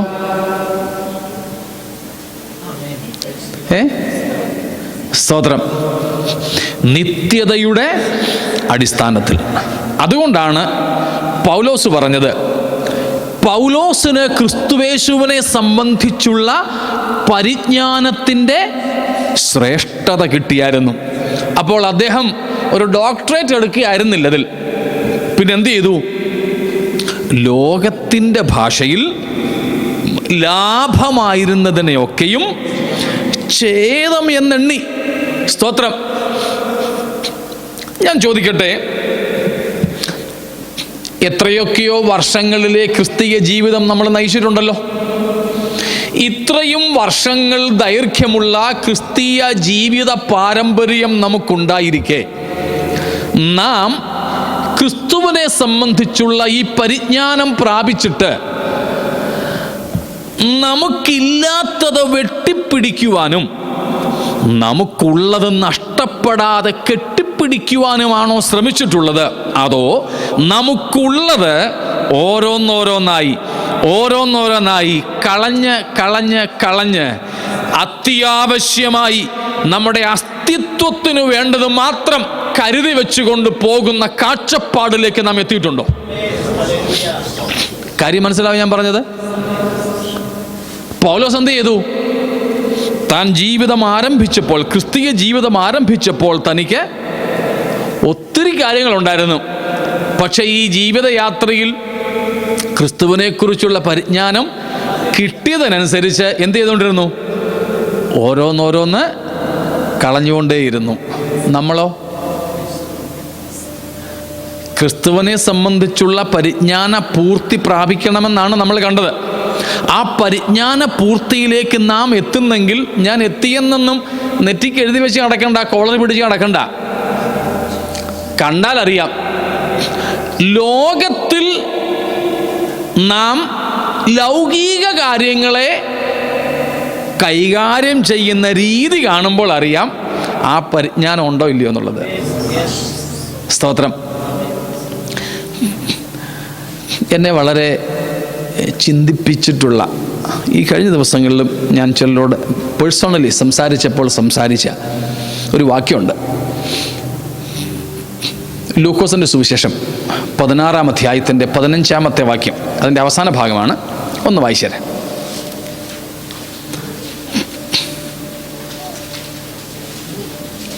ലൂക്കോസ് 16. മോശയുടെയും പ്രവാചകന്മാരുടെയും വാക്ക് കേൾക്കാഞ്ഞാൽ മരിച്ചവരിൽ നിന്ന് ഒരുത്തൻ എഴുന്നേറ്റ് ചെന്നാലും വിശ്വസിക്കും. അതല്ല, ലൂക്കോസ് 16:15. അവൻ അവരോട് പറഞ്ഞത്, നിങ്ങൾ നിങ്ങളെ തന്നെ മനുഷ്യരുടെ മുമ്പാകെ നീതീകരിക്കുന്നവർ ആകുന്നു. ദൈവമോ നിങ്ങളുടെ ഹൃദയം അറിയുന്നു. എന്നിട്ട് മനുഷ്യരുടെ ഇടയിൽ ഉന്നതമായത്, അതിൻ്റെ അർത്ഥം ഒന്ന് ചിന്തിച്ച് നോക്കിക്കേ. മനുഷ്യരുടെ മുമ്പാകെ ഉന്നതമായത് പാപമല്ല കേട്ടോ. അതെന്തല്ല? പാപമല്ല, അത് അശുദ്ധിയല്ല, ഇല്ലെജിറ്റിമേറ്റ് അല്ല. പക്ഷേ മനുഷ്യരുടെ മുമ്പാകെ ലെജിറ്റിമേറ്റ് ആയിട്ടുള്ളത്, ന്യായമായിട്ടുള്ളത്, ദൈവ മുമ്പാകെ. സ്തോത്രം.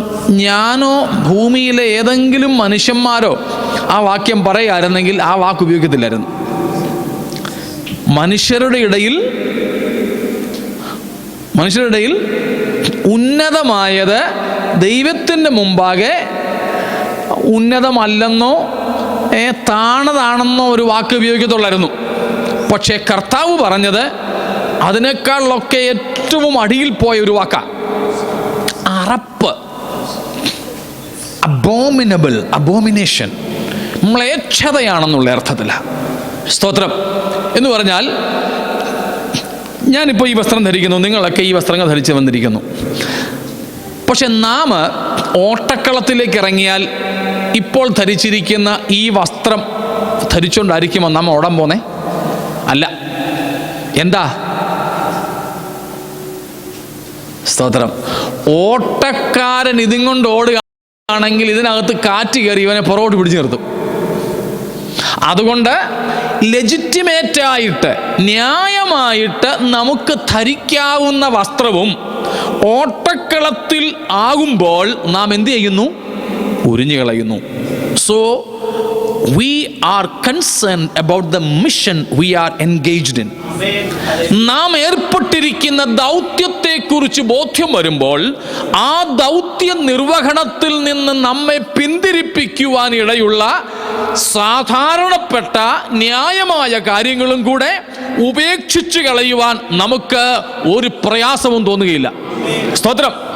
നാം ഒരു വലിയ ദൗത്യത്തിൽ ഏർപ്പെട്ടിരിക്കുകയാണ്. എന്താണ് ആ ദൗത്യം? സ്തോത്രം. എന്താണ് ആ ദൗത്യം? ഇവിടെ പ്രസിഡന്റ് ആകാനാണോ? അല്ല. സ്തോത്രം. ഏതെങ്കിലും US-ലേക്കോ യൂറോപ്പിലേക്കോ മൈഗ്രേറ്റ് ചെയ്യാനാണോ? അല്ല. പിന്നെന്താ നാം ഏർപ്പെട്ടിരിക്കുന്ന ദൗത്യം? വല്ല വിധേനയും മരിച്ചവരുടെ ഇടയിൽ നിന്നുള്ള പുനരുത്ഥാനം എനിക്ക് പ്രാപിക്കണം.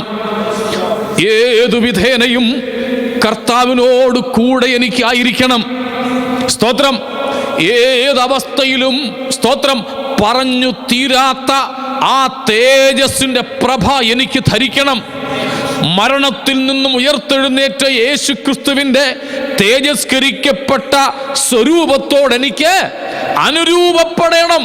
ഇതാണോ നമ്മുടെ ലക്ഷ്യം? ഇതാണോ നമ്മുടെ ലക്ഷ്യം? സ്തോത്രം. ഈ ലക്ഷ്യത്തിന് വേണ്ടി നാം ജീവിക്കുകയാണെങ്കിൽ, ആ പരിജ്ഞാനം പ്രാപിക്കുമ്പോൾ പൗലോസ് ചെയ്തതുപോലെ നമുക്ക് ലാഭമായി തീരുന്ന പലതും പാപമല്ലെങ്കിലും അവ നാം ഉപേക്ഷിക്കും. പിന്നെ പാപത്തിന്റെ കാര്യം പറയണോ? പാപമല്ലാത്ത ന്യായമായ കാര്യങ്ങൾ പോലും നാം വിട്ടുകളയുമെങ്കിൽ, സ്തോത്രം, പാപം ഉപേക്ഷിക്കുന്ന വിഷയത്തെക്കുറിച്ച് മിണ്ടുക വേണ്ട. അതൊക്കെ എന്നേ വിട്ടുകളഞ്ഞ കാര്യങ്ങളാകും. പക്ഷെ അതിന് നമുക്ക് എന്ത് പ്രാപിക്കണം? ക്രിസ്തുവിനെ കുറിച്ചുള്ള പരിജ്ഞാന പൂർത്തി പ്രാപിക്കണം. ഈ രാത്രിയിൽ നമുക്ക് നമ്മെ ഒന്ന് സമർപ്പിക്കാം. ചില ചിതറിയ ചിന്തകളാണ് ഞാൻ നിങ്ങളുമായി പങ്കുവെച്ചത്. സ്തോത്രം. ചില ചിതറിയ ചിന്തകൾ. സ്തോത്രം.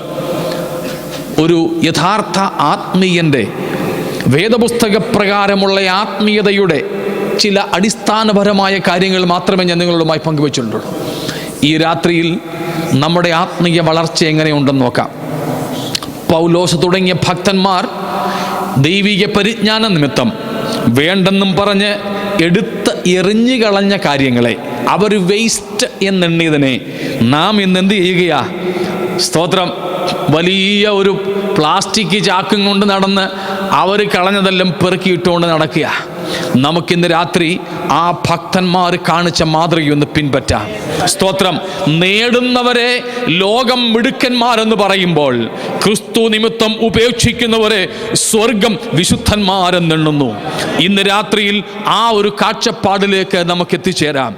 ഈ ലോകത്തിൽ ഉള്ളതെല്ലാം നഷ്ടമാകിലും, ഈ ലോകത്തിൽ ഒന്നും നേടുവാൻ കഴിഞ്ഞില്ലെങ്കിലും, നിത്യതയിൽ കർത്താവിനോട് കൂടെയുള്ള, കർത്താവിനെ പോലെയാകുന്ന തേജസ്കരിക്കപ്പെടുന്ന അനുഭവം നമുക്കാർക്കും നഷ്ടപ്പെട്ടു പോകാതിരിപ്പാൻ നമുക്ക് സമർപ്പിക്കാം. ഈ പരിജ്ഞാനത്തിന്റെ ശ്രേഷ്ഠതയിലേക്ക് എത്തുവാൻ തിരുവെഴുത്തുകളെ ആധാരമാക്കി നമ്മുടെ ജീവിതത്തെ ക്രമപ്പെടുത്താം. ദൈവമായ കർത്താവിനായി നമ്മെ സഹായിക്കട്ടെ. ഈ വചനങ്ങളാൽ ദൈവം നമ്മെ അനുഗ്രഹിക്കുമാറാകട്ടെ.